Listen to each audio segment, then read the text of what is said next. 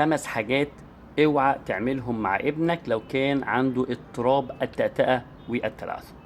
اول حاجة ان حضرتك تتكلم معاه بسرعة، ده غلط.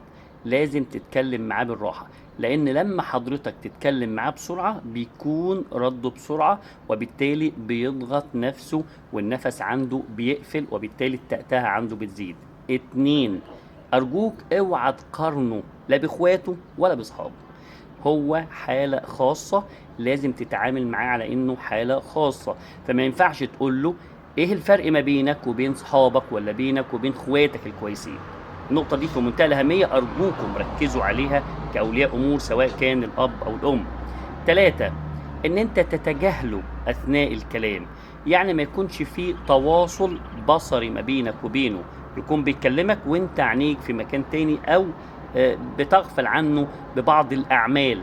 فالتجاهل للأسف الشديد بيترك أثر سلبي عند المتأتأ. رابع حاجة، إن حضرتك تنتقده كتير وتضغطه كتير أثناء الكلام. آخر حاجة، إن أنت تخليه يفقد ثقته بنفسه. أرجوكم دعموا ولادكم نفسيا، لأن الطفل اللي عنده تأتأة وتلعثم بيبقى محتاج كتير جدا تدعمه، سواء كان أنت تحضنه أو تصنع فيه الثقة.